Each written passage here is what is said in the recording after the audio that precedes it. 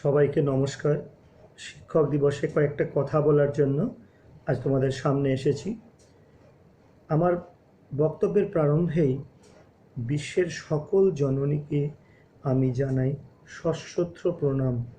তার কারণ একজন মাই হলেন একজন সন্তানের প্রকৃত এবং প্রথম শিক্ষক।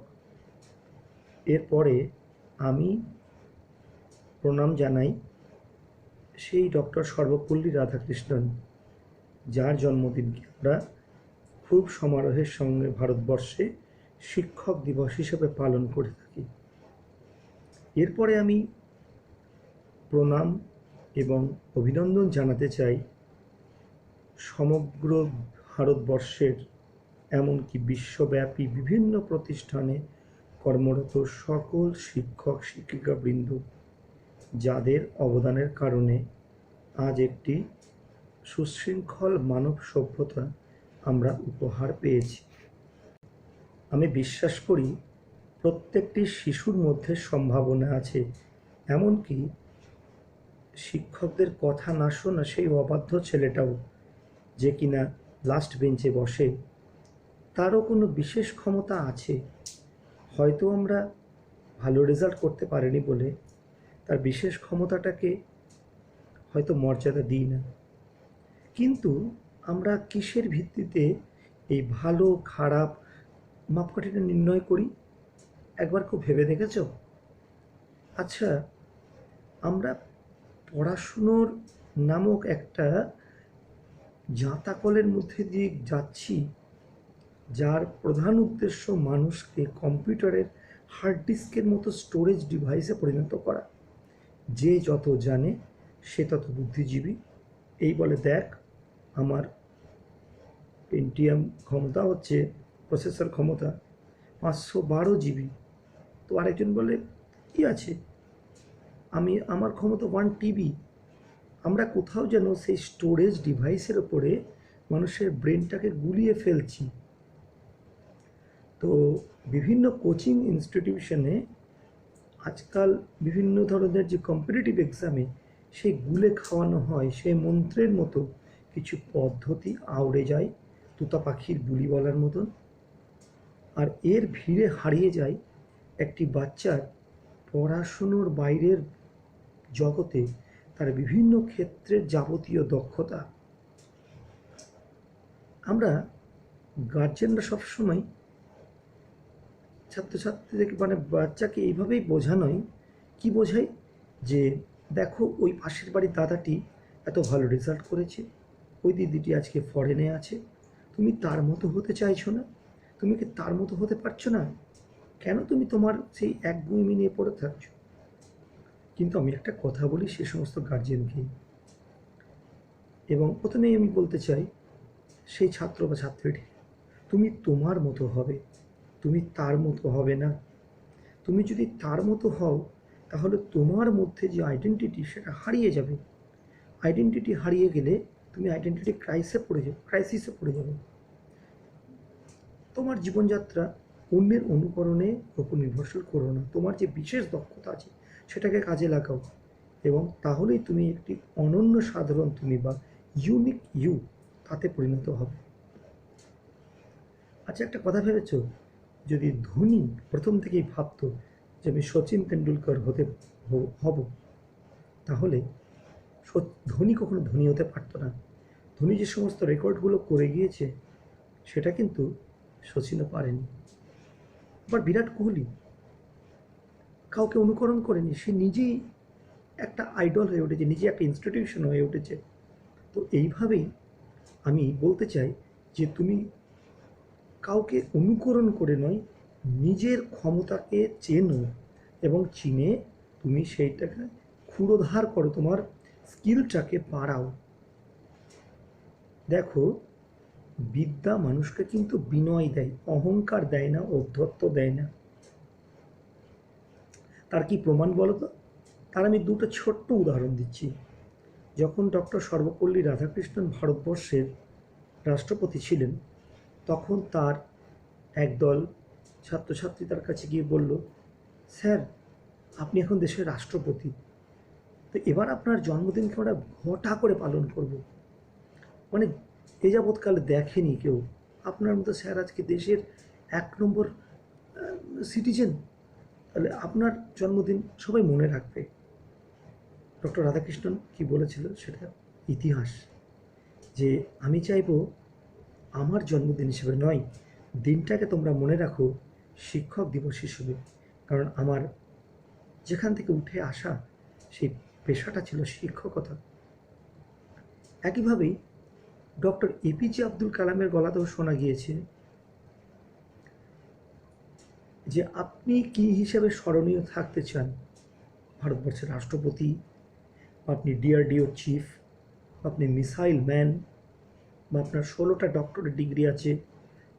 উত্তর দিয়েছিলেন আমি একজন বিশিষ্ট শিক্ষক হিসেবেই স্মরণীয় থাকতে চাই। তো এই দুটি উদাহরণ তোমাদের বললাম যে বিদ্যা মানুষকে সত্যি বিনয় দেয়। শিক্ষকদের উদ্দেশ্যে একটা কথা বলি, একটা স্টুডেন্টকে সবসময় প্রশ্ন করার সুযোগ দিতে হবে। স্টুডেন্ট যত প্রশ্ন করবে টিচারকে, তত তার মধ্যে বিশ্লেষণী ক্ষমতা, অ্যানালিসিস পাওয়ারটা গ্রো করবে। এমন হতেই পারে কোনো স্টুডেন্ট ক্লাসে আমাকে প্রশ্ন করলো, ওই মুহূর্তে উত্তরটা আমার জানা নেই, আমি ওই প্রশ্নটা কোনোদিনই শুনিনি। স্বাভাবিক আমি প্রশ্নের উত্তর দিতে পারবো না, তার মানে কি আমি খারাপ টিচার হয়ে গেলাম তার কাছে? বিষয়টা এত সোজা নয়। বরং যদি আমরা সেই উত্তর খোঁজার ভারটা সম্মিলিতভাবে নিই, সমস্ত শিক্ষক শিক্ষিকা এবং ছাত্রছাত্রীদেরকে ইনভলভ করে একটা সম্মিলিত প্রয়াসে যদি একটা সিদ্ধান্তে পৌঁছই, তো সেইটা একটা আবিষ্কারের থেকে কোনো অংশে কম হবে না। একটু নিউ এডুকেশন পলিসি সম্পর্কে না বললে নয়। একটা ভালো দিক আমার লেগেছে যে এই সিলেবাসে আর্টস সায়েন্স কমার্স এই যে একটা ভেদাভেদ ছিল তুলে দেওয়া হয়েছে। কী ভাবতাম এতদিনে, মাধ্যমিকে 90% বা 80% সোজা সায়েন্স, 60 to 80%, তাহলে বাবা কমার্স নিয়ে পড়ো, আর বিলো 60% কোনো গতি হবে না বাবা, ওই যে গড্ডালিকা প্রবাহে গা ভাসিয়ে দাও, মানে আর্টস পড়ো। কিন্তু একটা স্টুডেন্টের কি এমন হতে পারে না তার পছন্দের subject physical science as well as history, এবং তার সঙ্গে হয়তো ইকোনমিক্স বা পলিটিক্যাল সায়েন্স? তো কেন সে কম্বিনেশন পেতে পারে না? আজকে আমরা যখন রেস্টুরেন্টে খেতে যাই, আমরা কি করি? একটা চাইনিজ আইটেম নিই, একটা মোগলাই আইটেম নিই, একটা ইন্ডিয়ান ট্র্যাডিশনাল ডিশ নিই। তাহলে খেতে যাওয়ার সময় আমাদের যদি স্বাধীনতা নেওয়ার অবকাশ থাকে, তাহলে পড়াশোনার ক্ষেত্রে কেন নয়?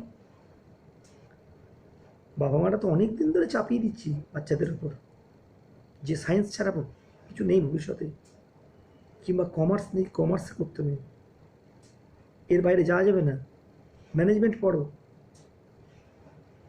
একটু শুনুন বাচ্চাদের, তারা কি ভাবে। কেউ হয়তো কিছুই ভালো পারে না, ভালো পেন্টিং করে, কেন আপনি তাকে আর্ট ডিরেকশনে বা আর্ট এডুকেশন নিয়ে পড়াচ্ছেন না? কিছু হবে না বলে কেন আপনি ধরে নিয়েছেন? দেখছেন না একবিংশ শতাব্দীতে নতুন নতুন ক্ষেত্রে আজকে সুযোগের দরজা খুলে যাচ্ছে? একটু ভাবুন। এরপরে আমি বলতে চাই আমার জীবনে কয়েকজন বিশেষ শিক্ষকের কথা। বলতে পারে এনাদের কর্মদক্ষতা, এনাদের ভালোবাসায় অনুপ্রাণিত হয়ে আমিও শিক্ষকতাকে পেশা হিসেবে বেছে নিয়েছি।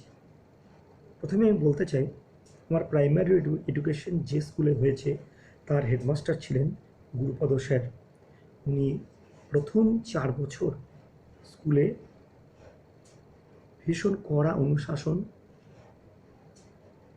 মেনটেন করে স্টুডেন্টদের পড়াতেন। বেগর মায়ের একদমই কোনো জায়গা ছিল না। প্লাস ওনার কাছে প্রথম 4 বছর টিউশনও পড়েছি, ক্লাস 1 to 4। তার কড়া শাসন, উৎপীড়ন, ধমকের মধ্যেও প্রচুর ছাত্রছাত্রীকে দেখেছি, বলে না ওনার ভয়ে এক ঘাটে বাঘে গরুতে জল খেত, অনেক দুষ্ট ছেলেকে পড়াশোনার মূল স্রোতে ফিরে আসতে দেখেছি। তো তার প্রভাব আমার জীবনে অনেকটাই। এরপর আমি বলতে চাই, মাধ্যমিক লেভেলে আমার হিস্ট্রি খুব ভালো লাগতো। হারাধন স্যারের কথা, উনি হিস্ট্রি যখন পড়াতেন মনে হতো চোখের সামনে একটা ঘটনা দেখছি, কোনো মুভি দেখছি, কোনো ফিল্ম দেখছি, কোনো যুদ্ধ দেখছি, কোনো ষড়যন্ত্র দেখতে পাচ্ছি। সিরাজদৌল্লাকে কীভাবে ষড়যন্ত্র করেছিল, ইংরেজ থেকে শুরু করে জগৎ শেঠ থেকে শুরু করে নিজের আত্মীয় স্বজন, এটা আজও ভুলিনি। মনে হতো একটা মায়া জগতের মধ্যে পৌঁছে গেছি। এবং আমি হিস্ট্রিতে মাধ্যমিকে আজ থেকে 30 বছর আগে লেটার পেয়েছি। তো সেটা কেন আমি মনে করি একমাত্র স্যার দৌলতে। হিস্ট্রিটাকে সত্যি ভালোবেসে ফেলেছিলাম, কিন্তু তারপরে যা হয় সায়েন্স নিয়ে পড়ার জন্য হিস্ট্রিটাকে আর কোনো দিন সঙ্গে পেলাম না। আফসোস থেকে গেল, কিছু করার ছিল না।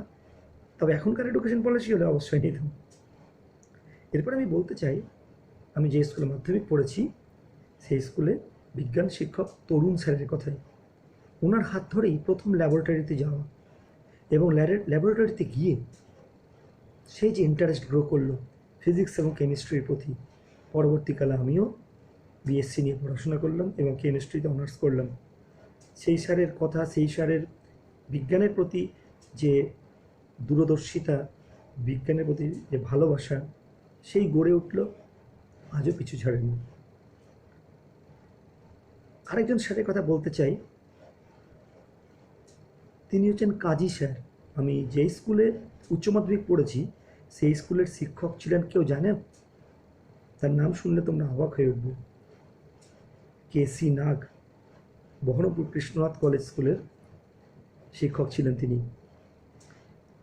ওনাদেরই সমসাময়িক, বাট ওনাদের থেকে জুনিয়র একজন অঙ্কের টিচার ছিলেন। উনি হয়তো তার সঙ্গে শিক্ষকতা করে এসেছেন। তো ওনার নাম ডক্টর কাজী আলী আফসার। অঙ্কে উনি বুলেট ট্রেন ছোটাতেন। উনি বলতেন অঙ্ক শুরু করছি, বোর্ডে শুরু হয়ে যেত, আমরা খাতা বের করতাম, পেন বের করতাম, চুলটা ঝাড়তাম, লিখতে যেতাম, ব্যাস একটা অঙ্ক ফিনিশ। উনি সারা বোর্ডে যদি 5টা অঙ্ক করতেন, আমরা হার্ডলি 3টে টুকতে পারতাম না বাকি দুটো। কিন্তু ওই স্পিডের সঙ্গে চলতে চলতে আমরা ধীরে ধীরে অ্যাকাস্টমড হয়ে উঠলাম। তাড়াতাড়ি আমাদের স্পিড বাড়লো। অঙ্ককে কিভাবে উনি তুড়ি মেরে জল ভাত করে আমাদের খাইয়ে দিতেন, আজও একটা গোলক ধাঁধা লাগে। তো অঙ্কে যদি কিছু ভালো রেজাল্ট করতে কি উচ্চ মাধ্যমিক লেভেলে, তো এইসব স্যারদেরই পাওনা। পরবর্তীকালে শিক্ষকতাকে আমি এত ভালোবেসে ফেলি যে ভবিষ্যতে আমার অ্যাডমিনিস্ট্রেটর পোস্টে একাধিক চাকরিতে যাওয়ার সুযোগ থাকলেও, বা 2টি চাকরিতে জয়েন করে আমি আবার শিক্ষকতার লাইনে ফিরে আসি, যে শিক্ষকতা আমাকে প্রতিষ্ঠা দিয়েছে আজকে। আমি মনে করি আমার ডিসিশন 100 নয় 200% সঠিক ছিল, কারণ এই প্রফেশনে থেকে আমি তোমাদের যে ভালোবাসা পেয়েছি এবং আমার সহকর্মীদের যে সহযোগিতা, আমার প্রিন্সিপাল, হেডমাস্টারদের আমার উপরে কৃপা বলতে পারো, সেটা অতুলনীয়। আরেকটা কথা বলতে চাই, আমাদের দেশের শিক্ষা ব্যবস্থা এমন হওয়া উচিত যে যেটা জব ওরিয়েন্টেড হওয়া উচিত। তো জব ওরিয়েন্টেডটা কীরকম? যে এইরকম ব্যাপারটা যে আমরা যেটা পড়াশোনা করছি সেইটা কি সত্যি আমার চাকরি পাওয়ার ক্ষেত্রে কাজে লাগছে? হয়তো লাগছে, হয়তো বা লাগছে না। শিক্ষাকে এরকম করতে হবে যে সেই শিক্ষাটার একটা স্বয়ংসম্পূর্ণ শিক্ষা, কোনো একটা ছোট ক্রাফট বা ইন্ডাস্ট্রি বা কোনো হাতের কাজকে কেন্দ্র করে গড়ে উঠবে, যার আমরা ইঙ্গিত পেয়েছিলাম মহাত্মা গান্ধীর বুনিয়াদি শিক্ষায় বা পরবর্তীকালে আমাদের রবীন্দ্রনাথ ঠাকুরের যে শান্তিনিকেতনের আশ্রমিক শিক্ষা ব্যবস্থায়, সেখানে একটি শিল্পকর্মের ওপরে উনি ভীষণ জোর দিয়েছিলেন যে যারা নিডি ছাত্র, খুব গরিব দরিদ্র পরিবার থেকে আসছে, তারা যেন পড়াশোনা করতে করতে কিছু পরিমাণে অর্থ রোজগার করে তাদের প্রয়োজনটুকু মিটিয়ে নিতে পারে।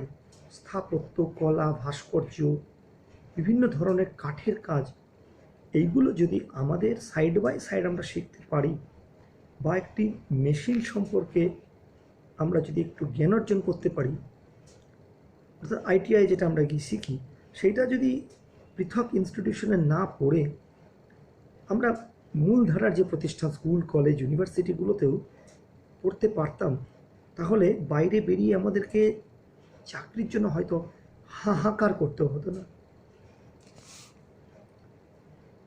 আশা করি এই নতুন এডুকেশন পলিসি আমাদের সেই দিকে পথ দেখাবে, এবং এই পথ দেখিয়ে আমরা শিক্ষাক্ষেত্রে একটা রেভলিউশন আনতে পারবো, যে রেভলিউশনটা খুব দরকার। কারণ এই প্যান্ডেমিকের কারণে ভারতবর্ষের অর্থনৈতিক ক্ষেত্রে যে মন্দার গতি লক্ষ্য করা গিয়েছে, সেটি আগামী কত বছরে যে কাটিয়ে উঠবে সেটা সত্যি আশঙ্কার জায়গা।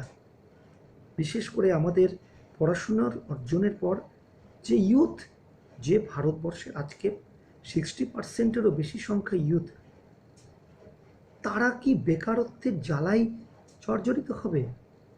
তাহলে কিসের শিক্ষা আমরা তাদের দিতে পারলাম?